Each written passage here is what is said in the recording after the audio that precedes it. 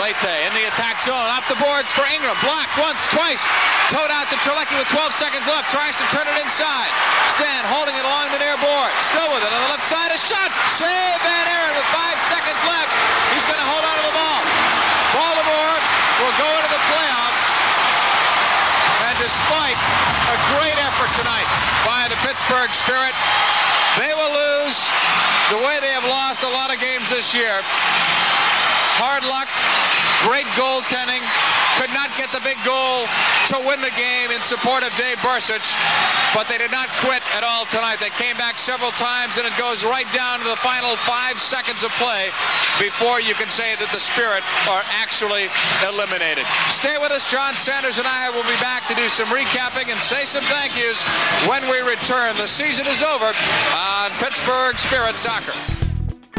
Welcome to Good Seats Still Available, a curious little podcast devoted to exploring what used to be in professional sports. Here's your host, Tim Hanlon. All right, everybody, how's it going? Let's get this show on the road, shall we? And I am so happy that you have joined us once again for another fun-filled and certainly exciting episode, of course, of Good Seats Still Available. Yes, that is our curious little podcast journey that we do weekly to explore what used to be in professional sports. We are in the midst of the quadrennial mania that is the FIFA World Cup, which starts later this week. We do have soccer on the brain. We often do, but perhaps no more often than we do perhaps this week and the weeks to follow. Unfortunately, the United States, neither Italy or the Netherlands for that matter, some other big powerhouses, are participating this year, but it doesn't mean that the excitement is going to be any less. Matter of fact, I think it's going to be quite the tournament on a whole number of fronts. And the reason that we mention it is not only because of the excitement, but because of this week's special guest. His name is JP Dellacamera. And of course, if you have followed the sport of soccer in any way, shape, or form in this country over the last, 30 years, you know JP's voice as the signature dulcet toned voice of the sport of soccer in this country. Has been a part of half dozen World Cups now, major international tournaments, women's World Cups, and European Championship calls, and Major League Soccer. And as we're going to get into our conversation today, a whole bunch of different things in his early days in the career that has wended and winded through many various ports of call, especially in that of hockey. He was the voice of the Atlanta Thrashers for a bunch of years. Remember them? Yes, now the Winnipeg Jets that just missed out, the second incarnation of such, to get into the Stanley Cup this year. But JP Dellacamera was the voice of that team and all the excitement that was there. But JP also has a rich history in a lot of different sports, but certainly soccer. And we get into it. A lot of sort of the dusty nooks and crannies that got JP on the road to being basically the dean of soccer broadcasters in this country. We go back to 1978, if you can believe it, the Detroit Express of the old North American Soccer League, the Pittsburgh Spirit and the MISL, the league, as well as the team. JP was an instrumental part of. We get into WUSA women's soccer, the strongly hoped for and well-funded league that came off the heels of the 1999 Women's World Cup, that of the famous Brandy Chastain penalty kick overtime goal and famous sports bra, and the call, of course, by JP Dellacamera of that match, that quintessential match. Another quintessential match that JP called was in 1989, proverbially known as the shot heard round the world, with Paul Caligiuri and the U.S. national team qualifying in Trinidad and Tobago in late 1989 for the 1990 World Cup in Italy. JP was at the behind the mics with that for that, along with Seamus Mallon, for that instrumental game that certainly, as you'll hear in this conversation, set the tone for a renewal and a whole nother level for the sport of soccer in this country. It's a very fun and interesting conversation with probably the most well-known and steady voices in the sport of soccer, and of course in hockey too.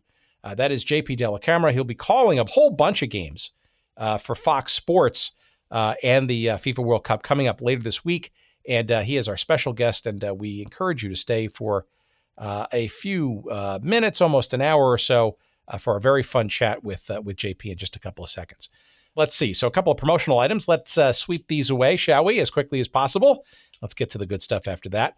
Audibletrial.com/good seats. If you are traveling to the World Cup or you're contemplating a cross-country trip and just need some stuff to keep you occupied during those long hours of travel, well, what better way to do that than, well, aside from listening to your favorite podcast, of course, an audiobook or two or seven or perhaps one of under 180,000 titles to choose from our friends at Audible. And if you go to audibletrial.com/good seats, you will get a free audiobook download to give it a try for yourself. You also get a free month of the service. And of course, you get to see all the various titles and genres and things that are out there for you to discover in the world of audiobooks. Audible is arguably the preeminent source of audiobooks. And at audibletrial.com/good seats, it's your way to sample it, get a free audiobook for you to listen to and enjoy. You can cancel at any time. Again, I stress that you can cancel at any time. So give it a shot. Get your downloaded audiobook, give it a listen. I think you'll enjoy it as much as I do. I love audiobooks, and Audible is, I can't think of any other better entity than to access and to deliver and for you to enjoy the magic that is our whatever, audiobooks, of course. Audibletrial.com/good seats, and give that a try. We appreciate you doing so. We also appreciate you giving our friends at sportshistorycollectibles.com a try as well. And for those who have listened to the show before, you will know that at sportshistorycollectibles.com is a treasure trove of all kinds of sports memorabilia, both for teams and leagues that no longer exist, as well as teams and leagues that are in different incarnations. There's a whole raft of stuff, and there's new inventory there every week. We encourage you to go try it. And of course, when you're there at sportshistorycollectibles.com, please, by all means, make sure that you use the promo code GOODSEATS. The promo code GOODSEATS. And what are you going to get for that using that little code? You're going to get 15% off all of your purchases. That's sportshistorycollectibles.com. Use your promo code GOODSEATS and enjoy 15% off all of your purchases, courtesy of us or your friends here at Good Seats, still available. Thanks so much for giving them a try as well. All right, let us waste no more time. Let us get into a very fun, very interesting, and a very revelatory conversation with the dean of soccer broadcasters here in this United States, and the preeminent voice that you will hear during Fox Sports' coverage of the FIFA World Cup. His name is JP Dellacamera. It was an honor to have a conversation with him, and here it is.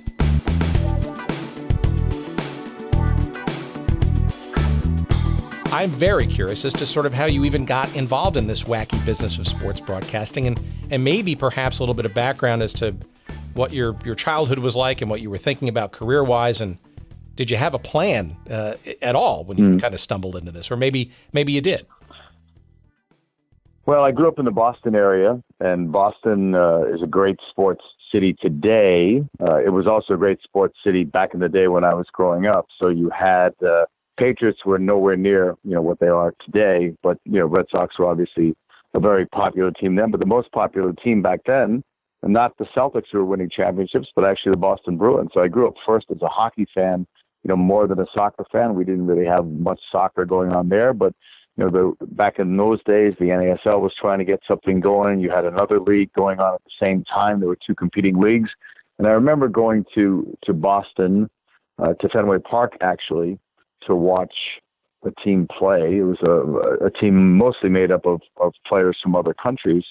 And the sport just kind of grew on me. I wasn't a big baseball guy because I thought baseball doesn't have much pace to it. There's, so much time between pitches and then innings and so many breaks and, trips to the mound and all that, whereas soccer seemed to be more like hockey, not the speed of it, but in the sense that players are always moving, the ball is always moving, there was constant motion, and I think that's where I fell in love with it. You said the old Fenway Park. Was that sort of the early days of the old NASL, like the Boston Beacons? I'm guessing, right? Or that's that's the team that it was. It was the Boston Beacons, and some things you can remember very well, and some things you can't. I'm going to throw out a name. The goalkeeper was Walt Tarnowski. Nice. That's the only name I can remember, though. Sorry, but that's the only name I can remember. Well, but they did play some games, at least in Fenway Park. That's where I went to watch them. Yeah, and we've actually had a couple of conversations about the old United Soccer Association and the old NPSL, National Professional Soccer League, obviously the two predecessors to what ultimately became the NASL. As you sort of went to those games and obviously sort of immersed yourself in sort of Boston sports culture, I guess, when did you kind of have the inkling that this thing might actually lead to a career, this interest in sports? And I mean, were you a broadcast guy? What was your sort of sensibilities? Yeah, I went to a college that's no longer there, called Graham. It was Graham Junior College. It was a 2-year school. I got my associate's degree in communications. We had our own television station. We had our own radio station. So I did a show there. It was called Sports Hot Seat. And it was like a half-hour conversation with various sports people. We ended up getting some, fairly good guests. The teams were very cooperative in the Boston area, so we got some good guests on the show. And we also would go out and actually do remotes. So I did some, remote hockey games at crazy hours, like at 10 o'clock at night when we could get the ice where Boston University was playing. And our team wasn't very good, so the games were challenging to do. So I did get some experience there. But when I first went to Graham, I wasn't sure what I wanted to do. I knew I wanted to be on television. I knew I wanted my career to have something to do with either sports or music, because those were my two loves. But I think, by the time I made the decision to go to Graham, I would say when I actually made that decision, then I knew that it was going to be sports. I think I got rid of the music bug by that point, because I thought, nobody wants to listen to, somebody in their 70s or, late 70s on the radio, and radio stations don't want to hire people that age. Whereas in sports, I could see there were a lot of old timers that were still calling games at that age. So I thought it's a longer career, and I did like sports more than music. So I decided to go for it. But my first real experience was really minor league hockey. And that's what I thought I was going to be, minor league hockey guy, and then hopefully an NHL broadcaster. That was always the dream growing up in Boston with Bobby Orr and Phil Esposito. It was never about soccer or any other sport. I was going to be a hockey guy. Well, it's clear that hockey obviously has been part of your career as well throughout. But maybe how did you sort of get that sort of first gig and perhaps that sort of hefty dollop of courage, to be on the air and have confidence to call the games and not listen to your voice and get all flustered and all that kind of stuff, which can be pretty heady stuff when you're that young. You have an idea, but you not necessarily the right tape or the experience, so to speak, right? I always had confidence. It was all, to me, I'm like the young guy of today. There's a lot of good young broadcasters out there that have a lot of confidence, but it's all about getting the opportunity. And back then, we didn't have the opportunities that the young kids have today. I tell college kids now, here's the good and the bad. The good is that there are so many more jobs available to you right now, much more than I had growing up in my era. But the bad news is that there's a lot more competition now, because more people want to be on the air, more people want to do sports. So I think you're going up against a more crowded field. So I think you have to be even better today than maybe before. Maybe I could be wrong on that, but that's just my take on it. So I think that when you look at those situations, who's going to give you a chance? And you had to start like low, minor league hockey. You did a lot of traveling. When I was first married, when my daughter was 8 years old, we had lived in I think it was 8 years. We had lived in 8 different places, not different cities, but different apartments or a house or wherever, because that was the life of a minor league hockey broadcaster. And, if I fast forward to when I made the transition, let's say from hockey to soccer, it was after doing minor league hockey for 10 years and thousands of bus miles, I thought, it's time to maybe do something else. And at that time, indoor soccer was becoming a fairly popular thing. And I thought, well, indoor soccer is a lot like hockey on grass. And back in those days, the hockey coaches our indoor soccer coaches rather, would get conversations going with the hockey guys because they would design their power plays on a similar basis, and line changes and things like that. So there were a lot of similarities there. And going back to, I want to say 1982, sometimes it's hard to remember exact dates, but in 82, there was a team in Pittsburgh called the Pittsburgh Spirit. They were owned by the DeBartolo family, who also owned the Penguins, Civic Arena at that time it was called. I think they owned the 49ers also at that time. And I thought, there's a job open there. I could move from radio to television. I'll be flying instead of being on the bus. And I thought, indoor soccer was a great sport. And that's probably where, even though I had done some other outdoor college games, not a lot, but I had done some other work, but I would say that's where the soccer conversion probably got a big kickstart, no pun intended. All right. Well, before we get to the Igloo, we're going to take you there live in a second.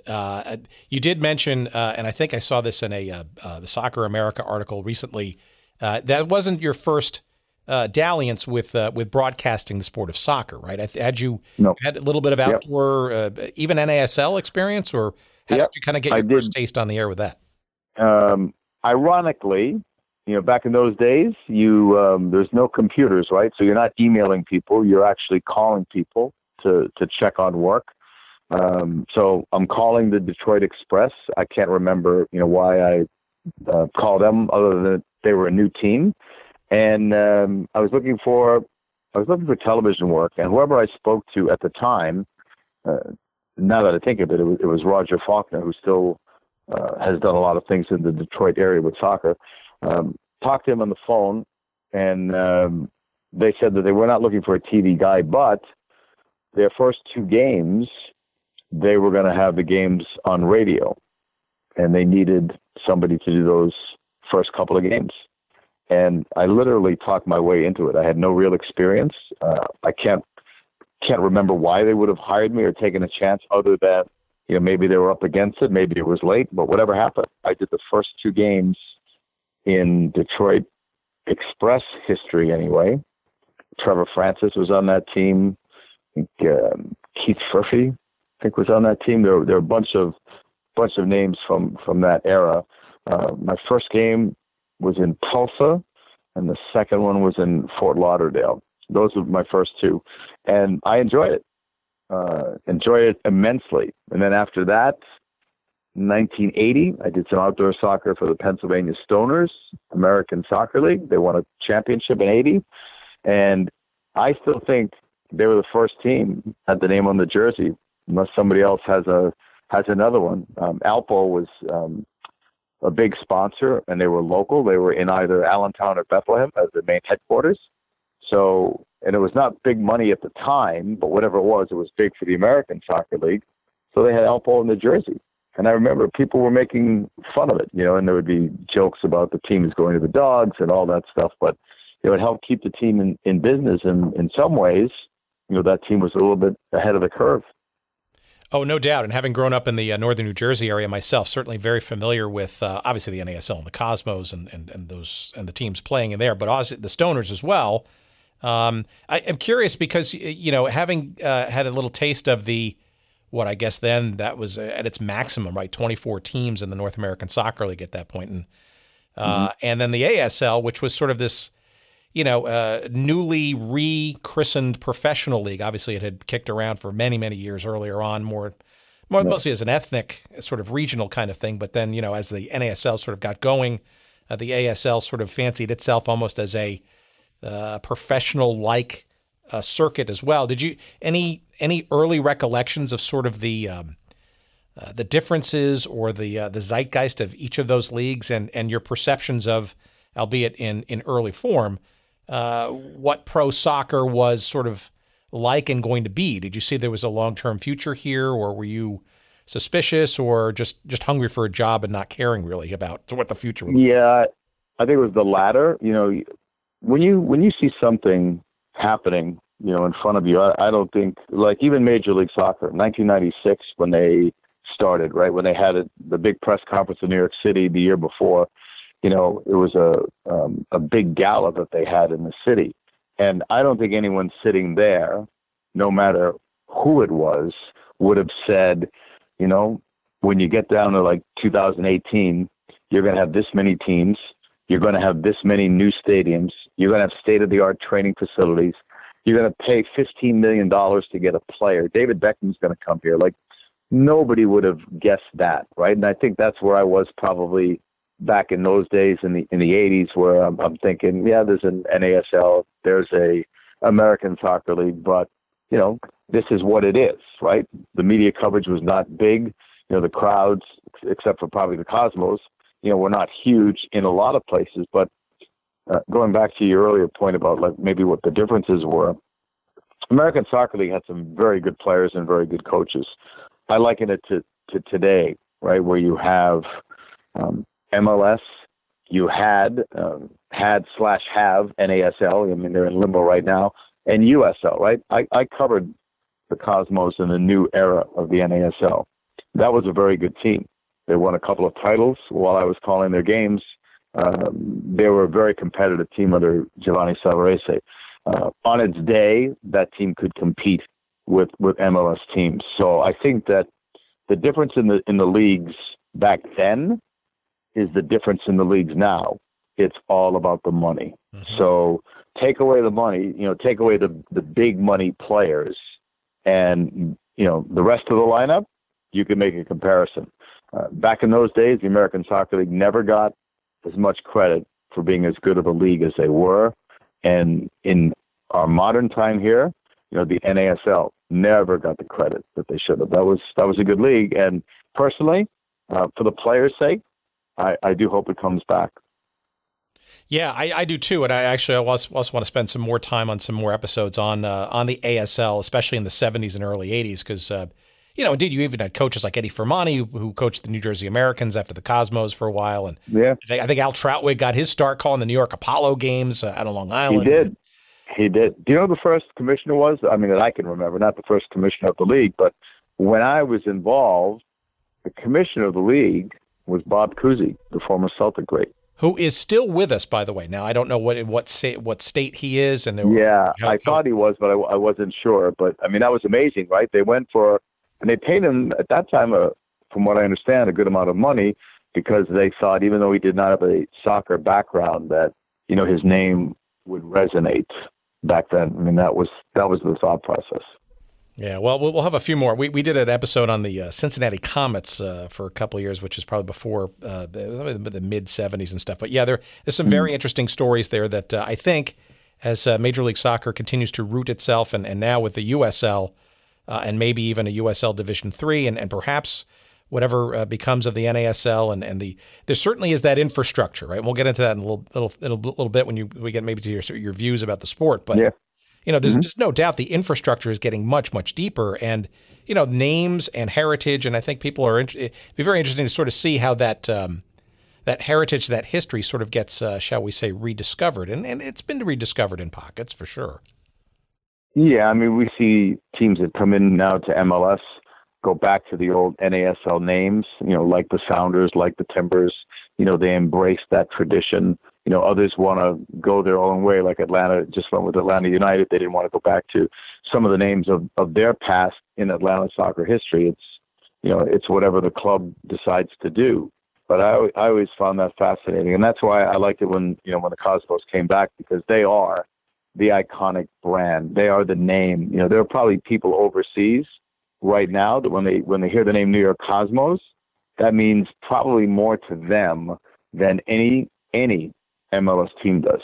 Even though the Cosmos of the last few years in the NASL and now in Cosmos B are obviously nowhere near what an MLS team is like. But more people probably you name the country, more people would be more familiar with the New York Cosmos than the MLS defending champions Toronto FC. Yeah, we even had a couple of weeks ago, we had a guy named Waylon Moore on our show. He was the guy who actually created the logo back in the day. Really? Yeah, and it's the iconography and to your point, right? The team has come back in various flavors and hopefully will again at a senior level again. And that logo just resonates, right? And it stands for something both past and maybe in the future. So It does. I grew up as a Cosmos fan. I never did Cosmos games until the reboot era, but I enjoyed watching Jim Carvelis, the late Jim Carvelis, and Seamus Mallon doing games. I mean, I enjoyed them, and then later I got a big kick out of working with Seamus on many soccer games. But I used to always watch the Cosmos when I was doing minor league hockey. Back then they were on what was called WOR, I think Channel 9 out of New York. Yep. And whatever we had back then, it was not DirecTV or Dish or any of that, but whatever we had on our cable system, we were able to get Cosmos games in Erie, Pennsylvania. So doing minor league hockey, still was watching Cosmos games and getting my fix of soccer that way. I think Carvelis was still, even to this day, one of the sort of iconic soccer broadcasters ahead of his time, and obviously a lot of other sports experience. But the two of them, I mean, Seamus and Carvelis were just, I think, frankly, borderline legendary. Maybe because I was a kid at the time, maybe. But you go back, a lot of the broadcasts, they still hold up. The excitement. I could make the argument that a lot of MLS broadcasters could use a little videotape from the old Carvelis Mallon days. Yeah, it'd be nice to give it a listen. I enjoyed it then. I'm sure if I listen now, I would enjoy it as well. But they, WOR back then, probably had production values back in those days. You can't compare it to now. Obviously, with them with cameras and the HD and all that. But back then, for their era, that was a high quality television show. So when they put that on, that was really like a network game for us to watch. All right. Well, so let's get into your Pittsburgh days, because in many respects, it seems to me that your hockey experience, and you kind of alluded to it earlier, it was almost sort of a natural fit or overlap, if you will, with this fledgling thing called the Major Indoor Soccer League, which wasn't even a real sport until 1978, 79. I mean, it had some indoor, dalliances with the NASL years prior, but maybe you can give our audience a bit of a sense of sort of how you came to discover this frenetic indoor version of the sport, and how that parlayed into, or how you parlayed that growth into a gig which was relatively long lasting. And I think, if I'm not mistaken, you correct me if I'm wrong, kind of put you and soccer kind of together almost inextricably, and sealing that for your future, no? Yeah, no, I would say that's true. I think that living in Erie, we were 2 hours away from Pittsburgh, but back then, in the early days of the old MISL, you had celebrity people involved. Like Pete Rose was an owner of the Cincinnati Kids, I think was their name at that time. Correct, sir. You had families like the DeBartolos that were getting involved. You had some big people from other sports that wanted to get in on this, and I thought, for the people that thought outdoor soccer was boring, maybe this is something that they would like. It had more action. Because people back then, just like today, some people will say, well, there's not enough goals, there's not enough this, whatever their complaint is. But back then, plenty of goals, right? And it was fast moving. It was, like I said, it was like hockey on grass, right? So I know what a hockey power play looks like, and we would do the same thing with soccer. So the transition was easy, I would say. And back then, and this is what maybe your younger listeners won't remember, the highest drawing indoor team, attendance-wise, do you know who that was in the 80s? I want to say it was the St. Louis Steamers, no? Right. Highest indoor, I'm saying any sport. Any sport. They outdrew NHL and NBA the 1 year when they were at their height. Because back then, I think the Checkerdome was like maybe a 19,000-seater, something like that. And I think the second most attendance figure was Edmonton when they had Gretzky there. But there was a period of time where the number one spectator sport attendance-wise for all of the indoor sports was MISL and St. Louis Steamers. So fast forward to that, because there is a hockey connection here. I'm trying to remember these things. You're asking me some good questions that's making me think here, going back to those days. We do nothing, if anything, we challenge our guests to revel in the past. Okay. And hopefully they're all positive memories, JP. Yeah, no, it's good. It's good. So back then and even now, Mike Lang, who I think is a legendary, fantastic announcer with the Pittsburgh Penguins, was doing their games. Now he's doing radio. Back then he was doing TV and radio. I think they were simulcasting back then. But Mike was doing some freelance soccer work with Anheuser-Busch, Bud Sports. He was filling in on some games that they had. And they wanted Mike to do some indoor games as a backup in St. Louis. And Mike said to me one day, he said, they want me to do it. He said, but I'm not really interested. He said, if you're interested, I can put you in touch with them. And I said, sure, absolutely interested. And so Mike put me in touch with Bud Sports, who was doing St. Louis Steamers games at the time. They called me in. I was the backup announcer to Bob Carpenter, another very excellent announcer. Sure. Doesn't get his due, but Bobby was great with basketball, football, baseball. I think he still does baseball with the Washington Nationals, if I'm not mistaken. And Bob has a nice gig going. He's the voice of the St. Louis Steamers. He's from that area, the Midwest area. But Bob got another contract offer, and he left as I was his backup.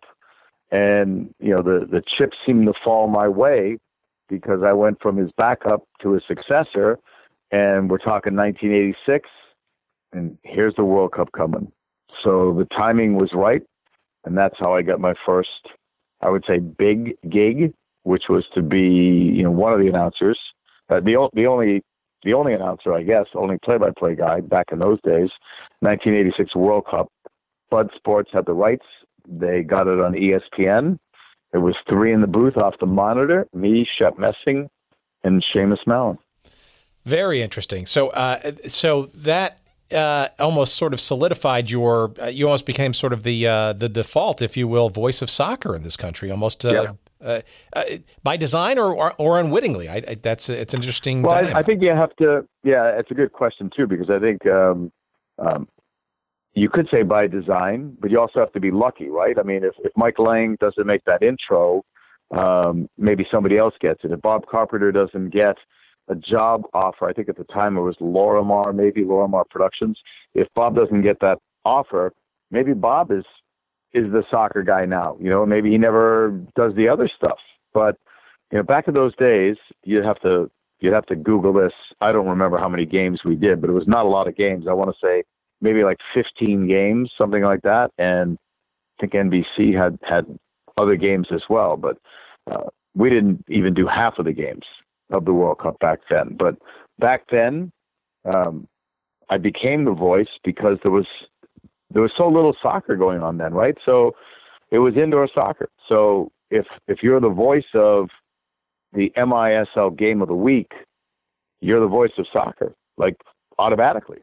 And ironically, I ended up going into other sports like college basketball because I thought to myself, there's so little soccer on TV, and right now I'm the guy.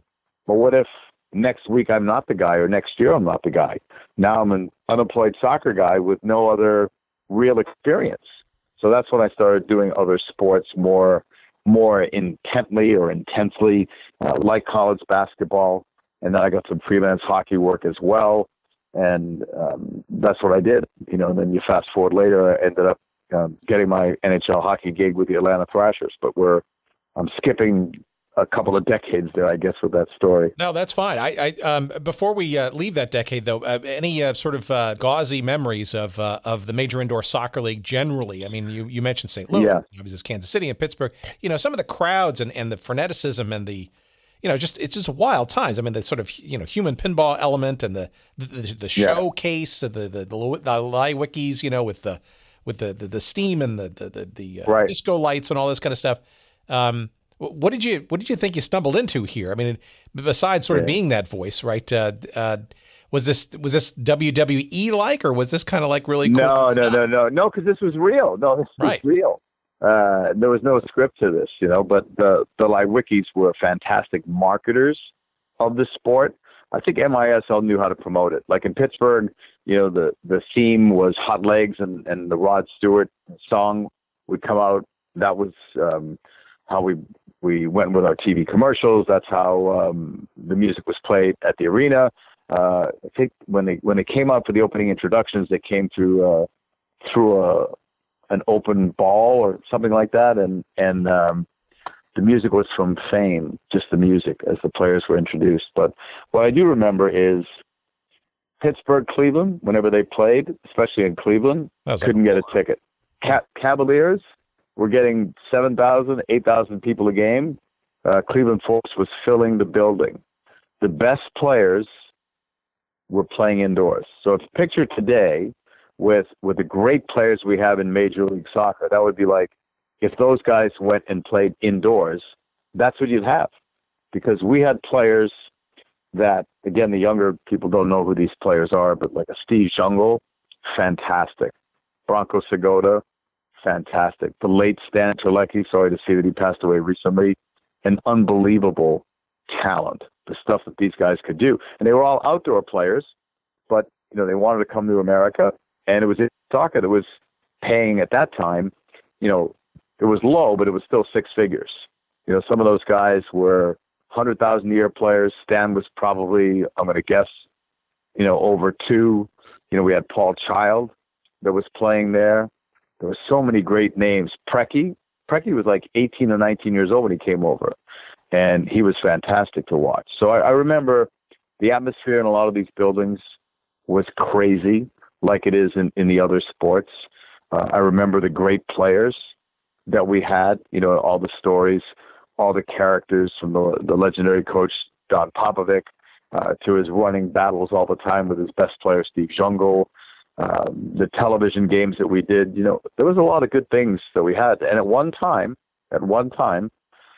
in Pittsburgh, the Pittsburgh Spirit outdrew the Pittsburgh Penguins. And it wasn't by a great margin, and it's not like we were both doing well, but maybe the Spirit was about maybe 8,000 or 9,000 a game, and the Penguins were about 7,000 or 8,000. But we were outdrawing them. And then Pittsburgh signed a guy named Mario Lemieux, and then it all changed. But before Mario, Pittsburgh Spirit had better attendance figures than the Pittsburgh Penguins. Yeah, I think we had Doug Verb on a couple episodes ago, and he's actually putting together an MISL reunion sometime. I think it's in December in Las Vegas, something that I want to hopefully be part of and maybe attend and stuff. But everybody I talk to, in the related to or part of the old MISL, there's nothing but amazing stories and memories, and just about the intensity, the high caliber player. Obviously, the fact that there was really, especially in the mid to later 80s, no real top tier professional outdoor version of the sport. Right. And the fans just they ate it up, and the excitement was there, was almost made for television, and frankly, the innovations too, right? The introductions during before the game, and those kinds of things are things that actually are part of pro sports now. People just take for granted. Yeah, I think Tim Lewicki back in those days used to say, before you can sell the steak, you would sell the sizzle. What's the thing people more involved in the game, and back then too. Players did a ton of work in the community. They were making appearances all over the place. And soccer players, like hockey players, are, the greatest people, the most accessible people, probably the most humble of all of the athletes. So, they did it, and they enjoyed being a part of the community. And we found, and we still find today, soccer players that play in various cities, when they retire, instead of going back to their native country or where they were born in the States, stay in that area and become part of the fabric of that soccer club. Well, clearly, though, you're obviously getting attention not only for your indoor chops, but also your ability to call the international version of the game. And you mentioned 86 was a very limited, yet growing window for the sport. But make no mistake, right? I think quintessentially, you will always be connoted with a very famous event leading up to the 1990 World Cup, and that is obviously Trinidad and Tobago in 1989. Maybe you can give our audience a bit of a sense of sort of what World Cup qualifying was like in the late 80s, and you being effectively the voice of U.S. soccer to the point of it being, how big an audience that is. You sort of alluded to it before. Did you did you know at calling that game and Caligiuri's goal in particular that that something, on another level was starting to occur, or was that again just simply a gig and you were just calling the action like you saw it, being the pro soccer player you were? I live in the moment. So I didn't know. The only thing we all knew was that the U.S. was going to qualify now for the 1990 World Cup. That's all that we really knew at that time, right? Would the 94 World Cup be successful? Would the U.S. qualify for future World Cups? Would they start a brand new outdoor league? Who knew, right? Those were the stories that were going on at the time. But I just remember whenever I do speaking engagements, I don't do many. I don't think that's one of the things that I'm good at. But when I do speaking engagement, I talk about two games. One of them is the one you're referring to, and the other one is the 1999 Women's World Cup final, because those are memories of not just the game itself, but the lead up to the game. So I can remember for Trinidad and Tobago, knowing people were asking me back then, can the U.S. win this? They have to win the game, right? A draw does them no good. And I said, I'm glad it's like that, because I said, at that time, I don't think our guys know how to play for a draw. It's not in our culture. Americans are used to winning, going for the win. So I said, I'm glad that a draw doesn't do it. And I said, we have a young kid in goal, Tony Miola, very confident kid. And I said, I think we can get it done. I don't think they're going to score against them. So I do think we can get it done. That was always my thought. So going back to Trinidad and Tobago, I can remember flying in there into their country. Back then, I don't know if you can still do this in Trinidad. I know you can't do it in the States anymore after 9/11, but there were fans there yelling and screaming, loud music, that met the team at the airport. I can remember that almost as if it was yesterday. I can remember going to the hotel. I can remember noise around the hotel. I remember that when we went to the stadium, or before we went to the stadium, our producer, normally we would go to a game, let's say 2 hours before the game. And our producer says, I know you guys aren't going to like this, he said, but here's what time you need to be at the game. And I want to say it was like 5 hours before the game. And I said, this was a producer, Jim Maroney was his name. He too has since passed away. But Jim looked at me and he said, JP, I know you don't want to come 5 hours early, but he said, I'm going to tell you this. He said, if you come 5 hours early, I can promise you that you will call this game. He said, if you come 2 hours early, I can't even promise that you get into the stadium. He said, there's only so many seats that are available. He said, and at some point, they're not letting people in. So he said, it's up to you. And I said, okay, I'll be there 5 hours early. And I wondered, would I be stale? Like, what's it going to be like? You're never at a game that early. And they let people in several hours before kick. They played music. It'd be like bringing a tailgate party inside for 4 or 5 hours. The music never stopped. I enjoyed watching it. I think it uplifted me. I think that I just soaked it all in, everything from the people in the seats early, everyone dressed in red, except for 1 or 2 rows of USA fans and dignitaries, but the rest of the stadium was red, and the stadium was packed several hours before kick. And those are the things that I remember about it. I remember Caligiuri's goal. It seemed to come out of nowhere. I remember the day before in a taxi seeing that not only did people think this was a huge deal, they painted their houses red. They painted their cars red. Like, we don't do that here in this country. We paint our faces red for sporting events or whatever color your team is, right? But we don't. Imagine telling your wife you're going to paint the house whatever because your team is playing that day.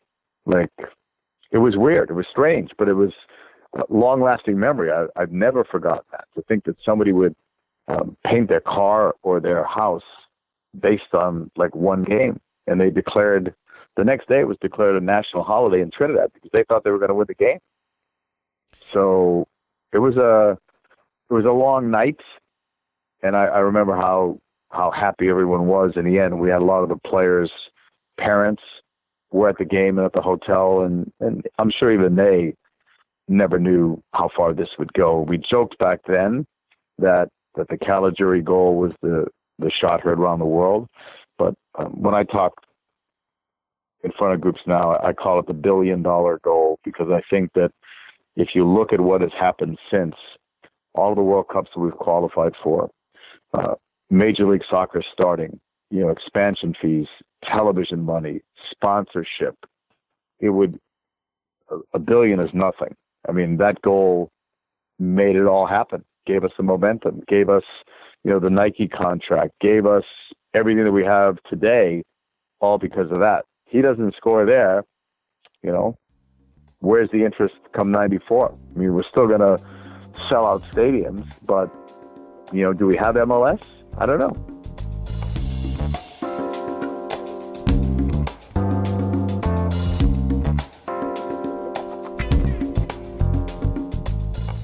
All right, just when it was getting interesting, let's bring this to a grinding halt, shall we?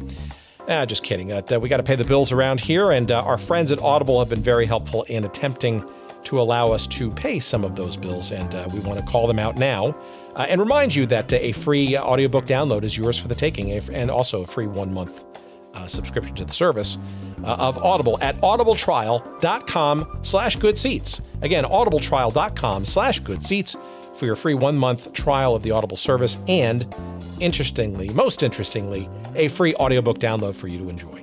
180,000 titles and growing every day to choose from, and there's absolutely no excuse to not find at least one title amongst that cavernous selection available to you that you won't find to be enjoyable and good for the soul, including a couple of books that might be interesting to our audience. And yes, some new ones, frankly, that I'm finally listening to. One that I'm listening to right now is by Carson Cunningham. It's narrated by Paul Bamer, and it's called Underbelly Hoops, Adventures in the CBA, a.k.a.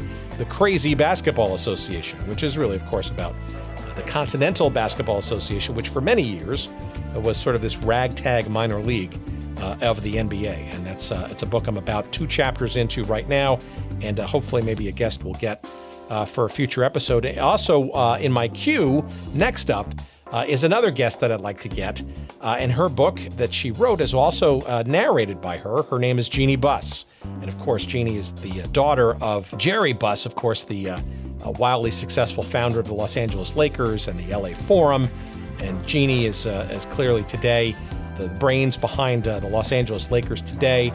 She and her brothers were active, of course, in things like, along with her father, World Team Tennis, the Major Indoor Soccer League with the LA Lasers, all kinds of stuff. So her book is next on my list. That's called Laker Girl, and that too is available on Audible. And again, it's one of the many thousands of titles that you can choose from when you go to audibletrial.com/goodseats. And again, you too can get your free audiobook download to give it a try, perhaps one of those 2, or perhaps one of the other 180,000 titles available to you as well. Give it a try, audibletrial.com/goodseats. Thanks for listening, and back to our conversation.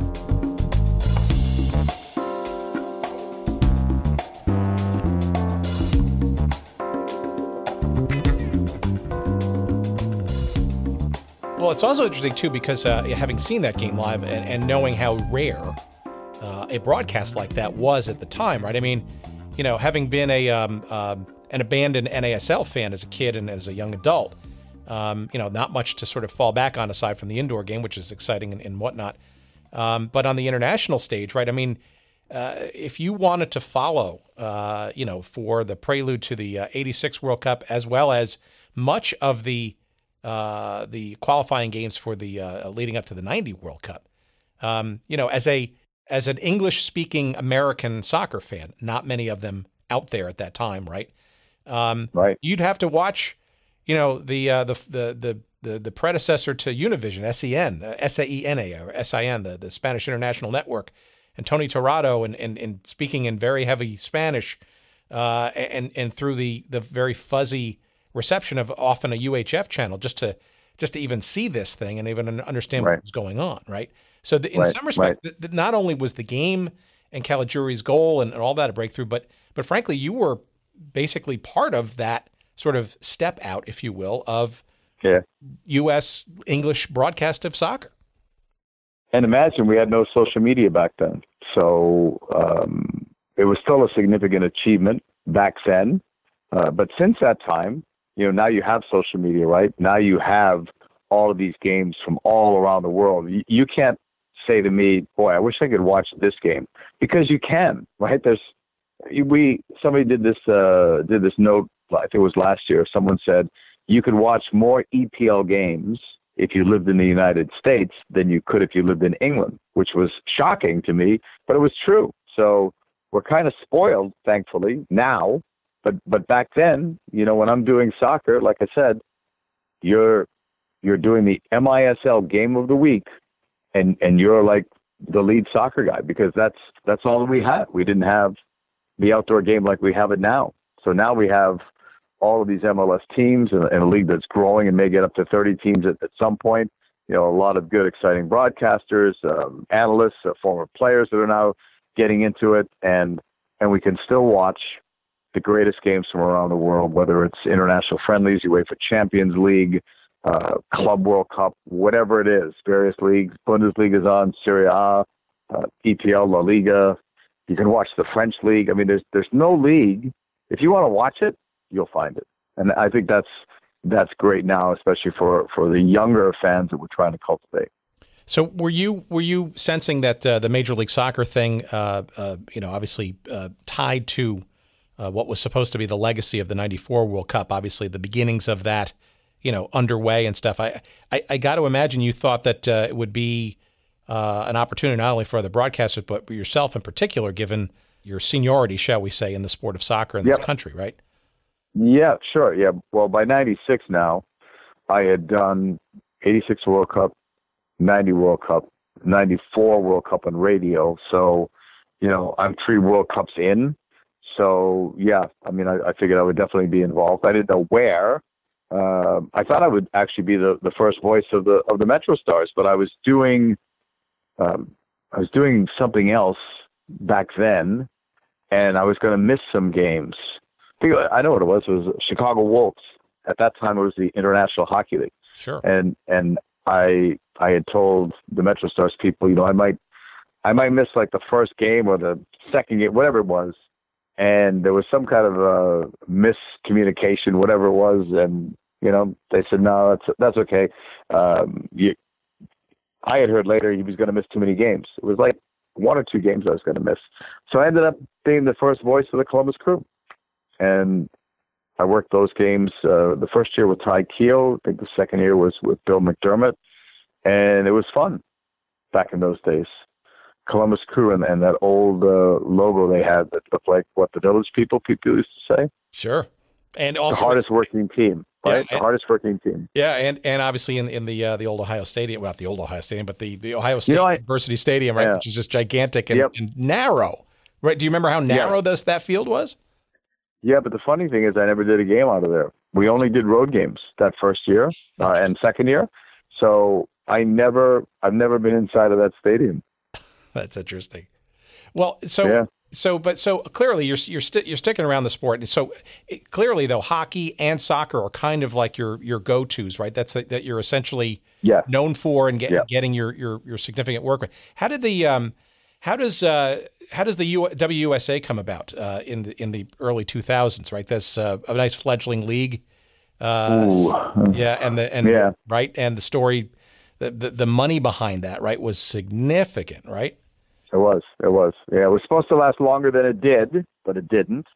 But back then, let's see, you're going back to what, 2000 was, So I'm at the top at that point, right? I'm doing the 1999 Women's World Cup, so I was probably the only choice back then, to do the games because of 99, and sorry, by 99, we should probably back up, right? I did overlook that, right? 99, right, was clearly another seminal moment in your career. You mentioned it earlier. Yeah.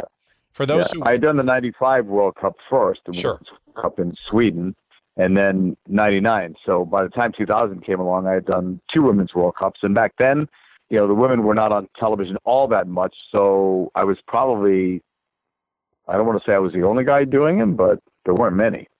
But obviously, too, the iconic call of that final game and Brandi Chastain with the sports bra that launched 1,000 covers. I mean, another iconic moment, right? I mean, for you and for the sport. Yeah. Well, I take nothing for granted. I think I've been very fortunate. I mean, I've worked hard to get where I am, but I think I've also been very fortunate. You have to be in the right place at the right time to have those situations. And the Chastain, the Women's World Cup was fantastic, right? It's on ESPN. That tournament, when they first thought about having the Women's World Cup here, originally they talked about high school stadiums and college stadiums. And then Marla Messing, I give credit to, she was running it. She was the leader of it. And she thought, Americans are big-time sports people. They like the big sports, like Olympics, World Cups. This is who we are. We can fill these stadiums. We can go into bigger stadiums.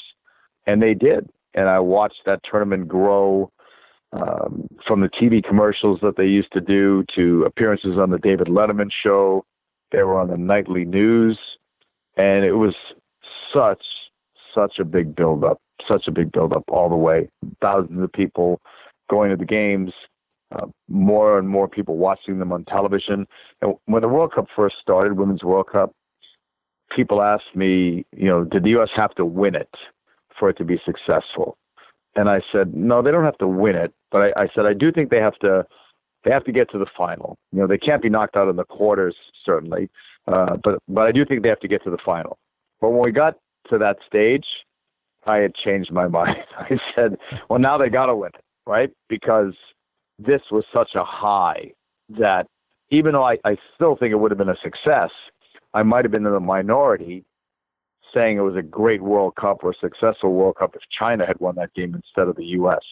I still think sometimes we define too much in terms of winning and losing.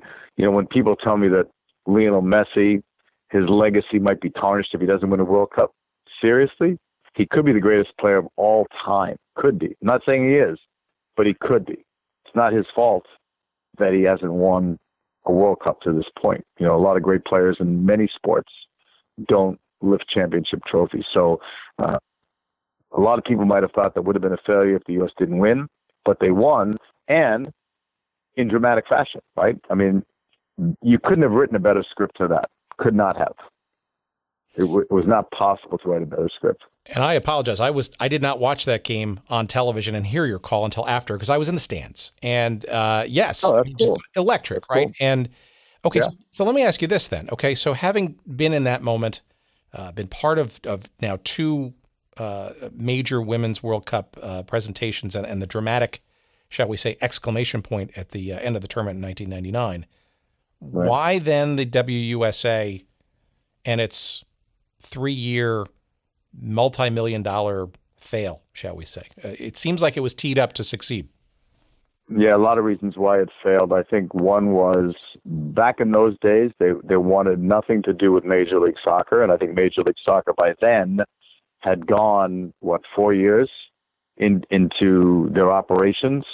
And the women, I think, because they were so successful, and remember, this is coming off 1998 Men's World Cup where USA finished last. So here are the women with all of this popularity and power, if you will, so they could call the shots, right? And they wanted to do it on their own, and the organizers behind it didn't want MLS involvement. They thought that was the way to go. And so I think that was one mistake. I think playing in some of the bigger venues was another mistake because it was very costly. And then they try to emulate some MLS teams with huge staffs. And there were some executives back there that were making a lot of money. And I think that, and also the players are making very good money. Compared to today, the women in the NWSL, nowhere near the money that was being paid back in 2000. So I'm trying to remember. I think they had money that was supposed to last them 5 years, I think, and by the third year, they were wiped out. So I think there were a lot of mistakes made. No MLS involvement, I think, was one. The staffs were big and expensive. The stadiums, in some cases, were very expensive. Players' costs were expensive, and they wanted to their credit, they wanted to do it right, but maybe they should have taken smaller steps instead of larger steps. I still think the league was very good, and very competitive, and it was, even though it was in its first year, considered the best league in the world because we had all the best players. Well, and your broadcasts certainly hold up very well too. Anybody just goes on YouTube and sees, like for example, the final on TNT. I mean, those games were very well produced as well, right? So it wasn't for a lack of that part of the equation either. No, Turner was the television partner the year that I did it in 2000, and the Turner Network is fantastic. I've had great experiences with them, 1990 World Cup, and later working with them with the Atlanta Thrashers. So they always treat it like it's a big deal, and they gave the game the respect that it needed. I think the only bad part was you'd have to research this too, but I can remember like some really early kickoffs. I remember like noon kickoffs, which is a tough time, I think, on a Saturday to get viewers. So I think that the games were very, very well produced and directed, extremely well done, but I don't think our ratings reflected the kind of shows that we put out there. All right, well, let me ask you this sort of like this two-part question, and it's actually related. So you've explained a whole bunch of different sort of ports of call, shall we say, in your professional career, which I think in many respects is very indicative of, and maybe it's a little less so now, or maybe it still is. So it's sort of the, dare I call it, peripatetic nature of broadcasting in sports, right? To become the voice of something, right? It almost seems like it's a it's almost like a holy grail in some respects, right? Because it probably establishes some level of continuity and be able to root yourself. I guess what I'm really curious is, and this is going to lead obviously into the Thrashers, right? Because here you are going, back and forth from soccer now into hockey for an extended period of time with the Thrashers.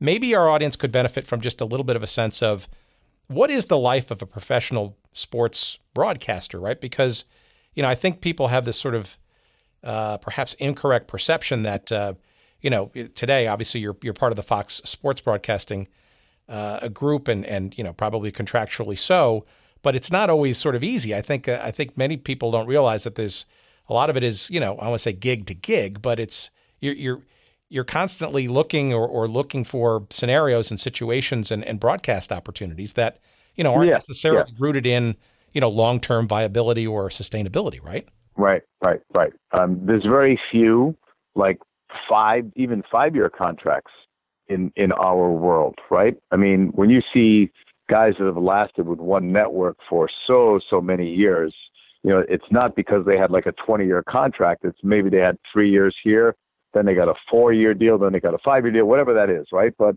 those are, that's the Bob Costas of the world, the Al Michaels of the world.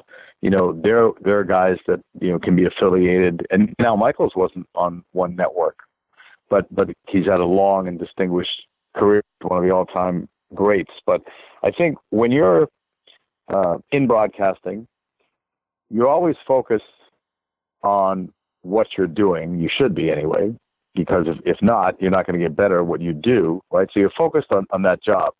But you're always thinking about other opportunities, right? You're not even looking for them, but you hear about something and then you think, boy, I wonder if I should apply for that.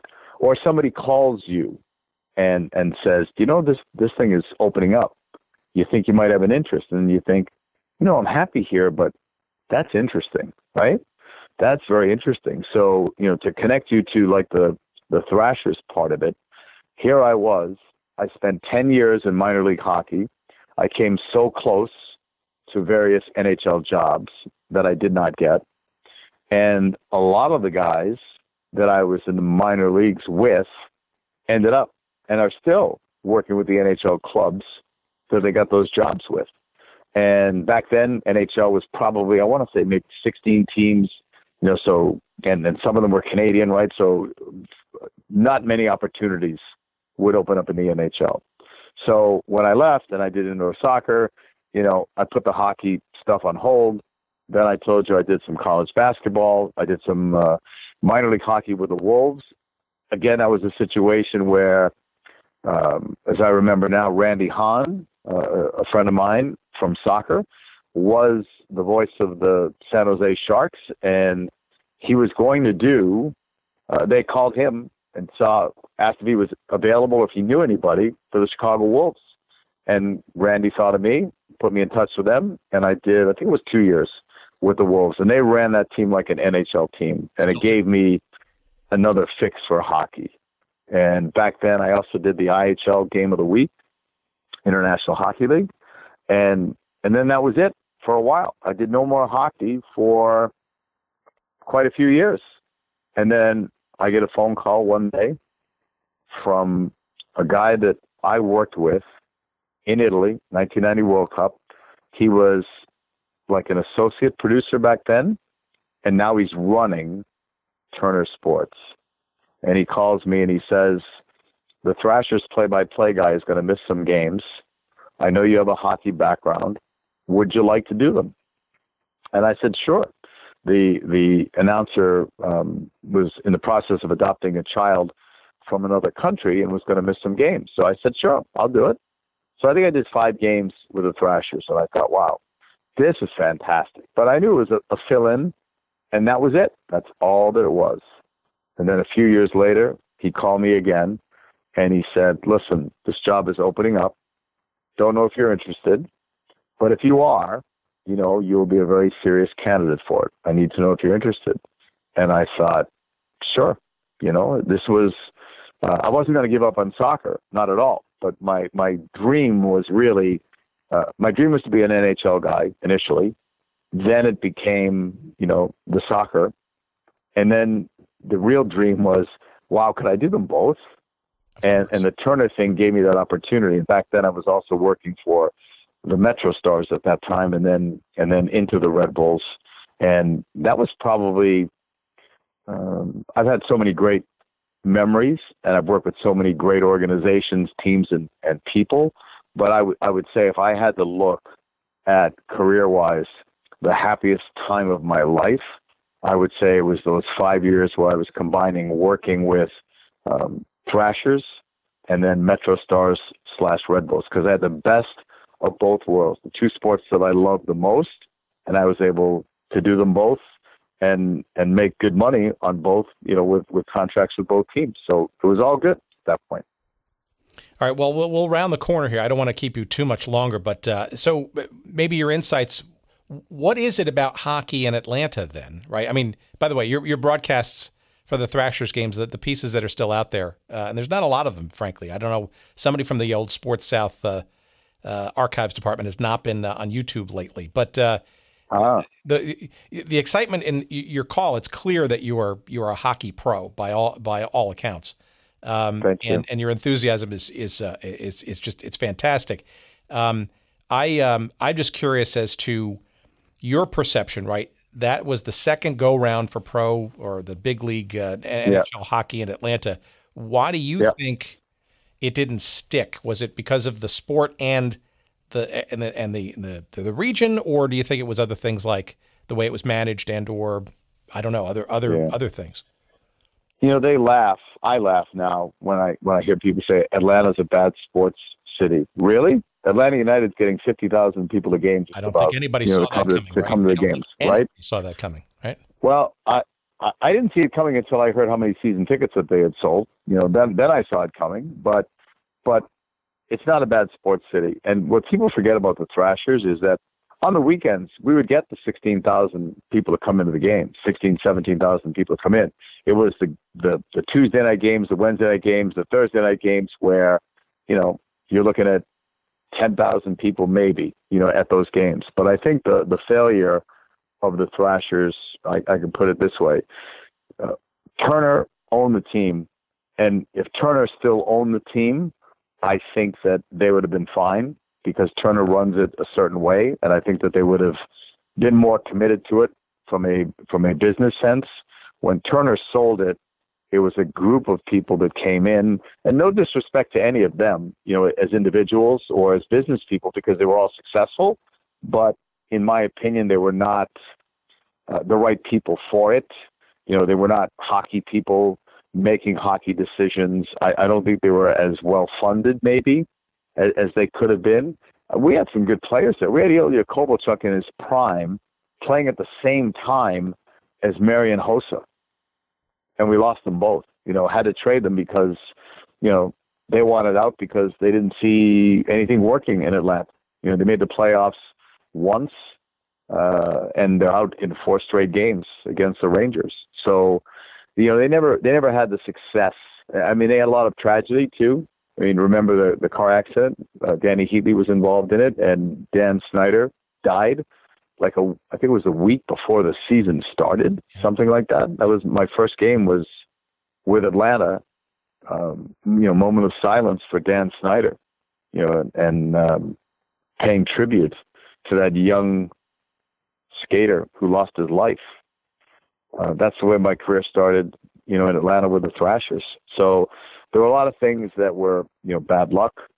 But I think if they had the kind of ownership that we see in some of these successful places, I do think it could have worked there for sure. There's so many people from not just Atlanta, transplants from all over, especially the Northeast and the hockey country and Canadians. So there's no doubt in my mind if it was run well that they would still be there. So it's unfortunate because, when you look at these teams right now, Arizona Coyotes, they're not doing any better than the Thrashers attendance-wise. If you look at the numbers, Florida Panthers, Carolina Hurricanes, a lot of empty seats in those stadiums. Atlanta, not there anymore because somebody wants to buy them and move them out. Whereas in some of these other cities, in Arizona, all kinds of problems, right? But they've not moved them out of there. Carolina just has a new owner now. Peter Carmanos, kept them in there for a long, long time. And now he's got a new owner there, but new owners talking about getting it done in Carolina. And the Panthers have had ownership changes too. We've seen that throughout the NHL. But in Atlanta, they didn't have somebody in the city that said, I'll take this over. I'll buy it. I'll run it. I mean, if Arthur Blank had run the Atlanta Thrashers, it'd still be there, and there'd be a playoff team. All right. Well, 2 questions. One directly related, and then we'll get to we'll end it with your sort of World Cup observations as you get ready for Russia in a couple of weeks. So you're talking about the NHL, and actually, ironically, this week's episode that we have up there posted out in podcast land is with these 2 guys out in Hartford called the Whaler guys, who won't let go of the dream about returning the Whalers somehow back to Hartford, and some call it a pipe dream, some call it, but they are very tenacious, and you wonder that passion, right, which is very genuine, versus, let's say, an artificially plopped down franchise like some of which you mentioned. But for that sort of hockey lust, I guess, for any pro broadcaster like yourself or a player, right? Seattle seems like it's going to beckon for $600 million, right? So I guess I wonder. And maybe not sort of your opinions on the NHL, but it's interesting, right? You see how many franchises now and Las Vegas. Geez, what an amazing story that truly I don't think anybody saw coming this year. No, nobody did. Nobody did. Nobody even in Vegas saw that one coming. No, really. Agreed. And so, but you'd be lying if you said that. If you said you knew this was going to happen, you'd be lying. No, sure. And how many teams can the NHL support? And now you look at and juxtapose that, say, with MLS. So this is my wind up here for your opinions on sort of the state of Major League Soccer, right? And nothing is perfect. Right? We haven't made the World Cup this year. And there are people who grouse about sort of the central ownership of the league and all that. And there are clearly teams in MLS, right, going on 24 plus teams. Are we possibly maybe reaching a saturation point, NHL, MLS, or is this just sort of the nature of the beast and maybe a sign of just the maturity that we're finally at now with this pro level of soccer in this country? Yeah, I think it's the nature of the beast. And NHL really didn't want to expand, right? But if Seattle wants to pay $500 million, these guys are not stupid. I mean, you have to find new revenue streams, right? Because if you're like, let's say you're an NHL owner and you're filling your building, where else are you going? You've got national television money, you've got your local television money, regional television money, but now you need more money, right, to operate. So, like, what's the next level? Where are you going to go? Well, divide $500 million with all of these owners, and they don't have to do anything. And now, I think now they're more ready to accept expansion when they see what Vegas can do. Seattle's ready to come in. Houston wants to come in, from what I've read. You still have Quebec City dangling out there. I don't want to burst the bubble of the Hartford guys, because I was a Whalers season ticket holder, but we don't have a stadium. Our building is old, needs to be either torn down and have a new one, or spend a massive amount of money to get it to NHL standards. And when you have competition like you have in some of these other places, and look at the building in Kansas City. Everyone thought they were going to get an NHL team years ago, right? They have no NHL, no NBA, and they might have, they probably have the best building in the United States, which has no major tenant in it, Yep. I would say. Yep.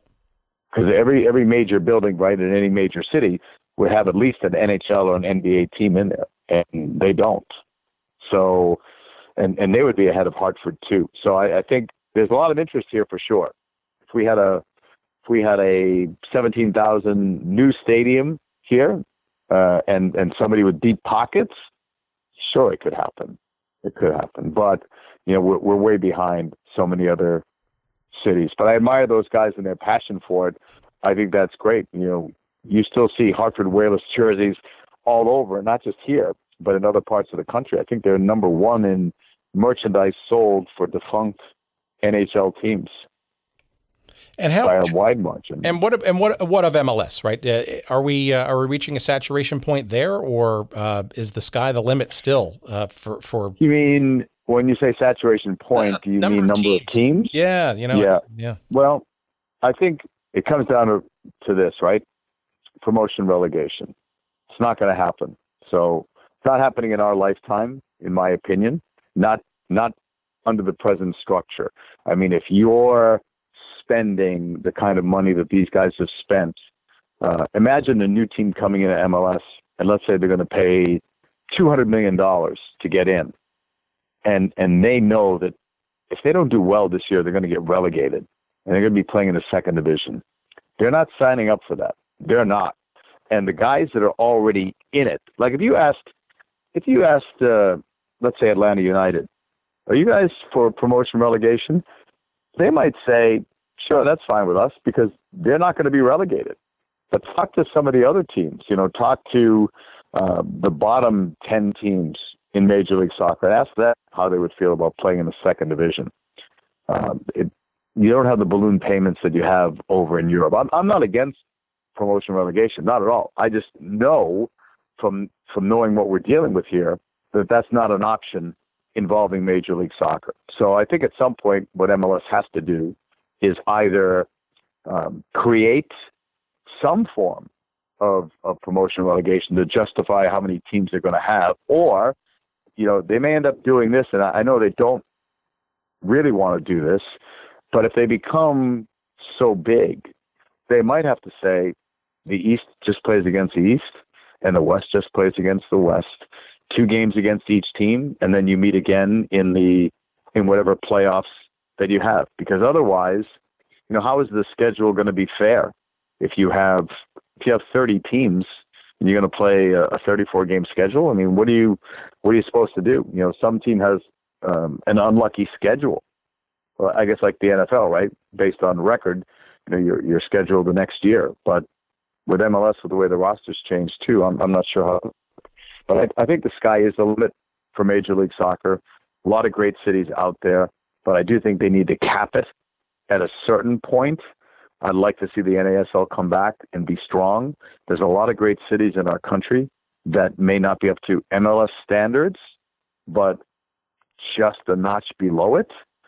And it'll make us all stronger. We don't need promotion relegation to be successful. We don't have to be like other leagues around the world.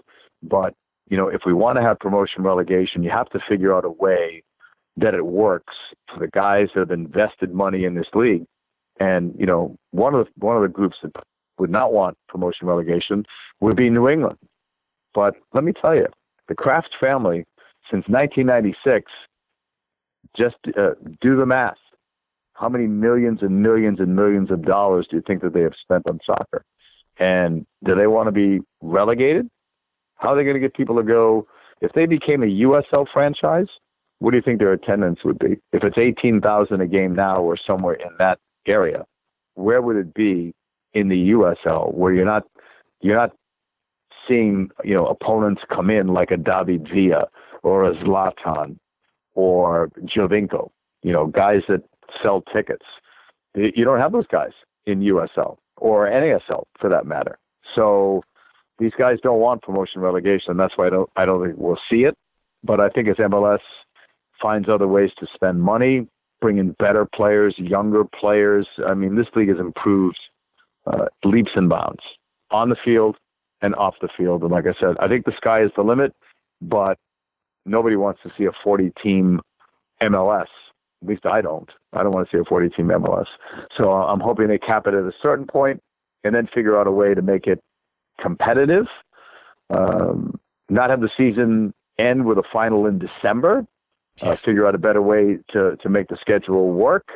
I'm all for playoffs. So I don't even mind a single table. You know, I don't mind any of that stuff. I just think that the season itself is too long. We shouldn't be playing our MLS Cup match in December. It should be done long before then. No, I agree. And it just kind of makes a travesty of the entire season, frankly, when you're playing in sub-zero temperatures. So, but isn't that interesting though, given especially your history in this with the sport, right? That we're having this conversation about, you know, should we do pro rel or we have too many teams and, you know, a substantial second and third, you know, tier infrastructure, you know, I mean, would you ever have imagined this kind of conversation 20, even 30 years ago? No, great problems, right? I mean, hey, we didn't qualify for the World Cup, right? We didn't qualify. We can either do a couple of things, right? We can cry about it and not learn from our mistakes and not get better as a nation, or we can say we don't have to blow it up. Yes, we have to tweak it. Yes, we need to improve in these areas. Let's get it going right now. Let's get it started. Let's bring in some younger players. Let's do this. You know, let's have all of our teams playing a certain style. Let's develop a better culture. You know, we can do all of that stuff, right? Let's be positive. Let's be positive. You know, Italy didn't make the World Cup. It's a bigger tragedy there than it is in the U.S. U.S. fans may not believe it, but when Italy didn't make it, it was a much bigger tragedy there than it was here in the United States. And Argentina qualified on the last day. So it happens. It's not a God-given right that we qualify for the World Cup. Yes, we're better than we showed in CONCACAF. To me, right now, you know, Mexico is the best team in CONCACAF. Costa Rica is next. I think the U.S. is third as we speak today, but they're not where they finished in CONCACAF in qualifying. They're certainly not that. At the very worst, they're the third best team.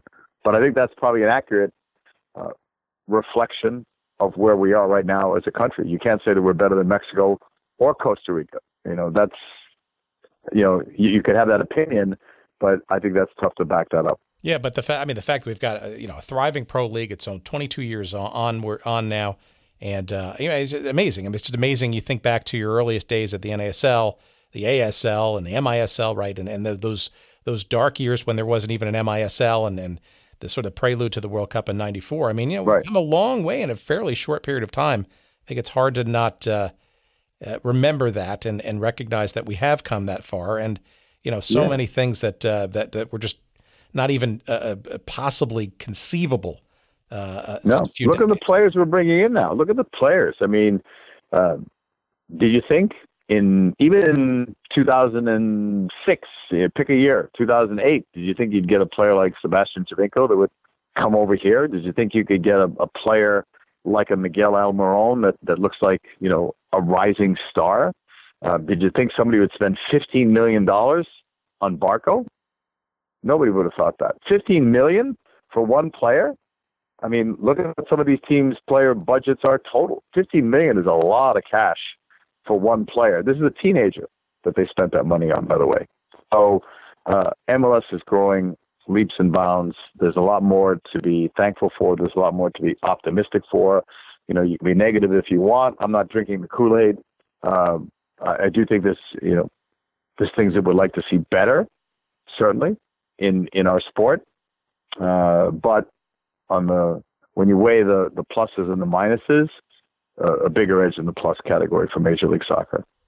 All right, last question. You're getting ready for one of your biggest assignments yet. You're going to be spending almost a whole month now in Russia covering the World Cup for Fox for the first time. They're carrying this package. I think you're teamed up with Tony Meola in the broadcast booth. Is that correct? Yes, I am. So here's how this comes like full cycle, right? I'm calling games. Tony's playing in them, including that game in 1989. Now I'm working with Tony in the booth. And that's an amazing arc, isn't it? Yeah, I think it's great. You know, I mean, to watch these guys grow. I've watched Tony, John Harkes, Tab Ramos. I've watched them grow as players. I've watched them grow as coaches, as fathers. As people. It's fantastic to see what they've done with their lives.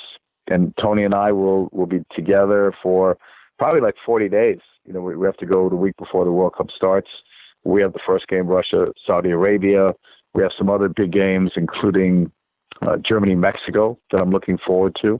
And we'll see some of the bigger teams in the group stage, and that's all we know right now. Don't know what our schedule will be. Come the knockout round, there'll be a lot of factors that go into that. But I'm looking forward to it.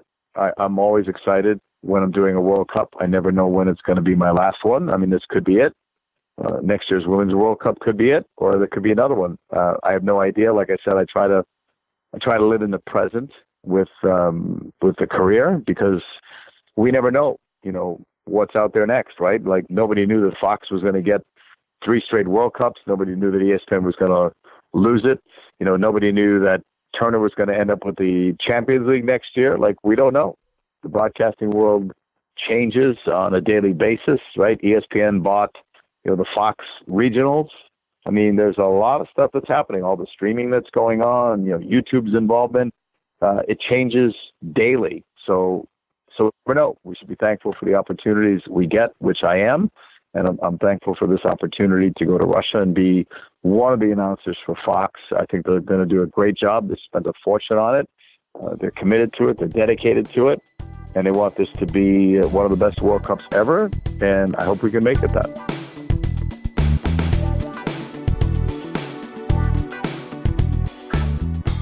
Okay, there it is. Our great conversation. We appreciate it with JP Dellacamera, who you will hear alongside Tony Meola as one of the broadcast teams covering many of the major games in the FIFA World Cup in Russia. It starts in a few days.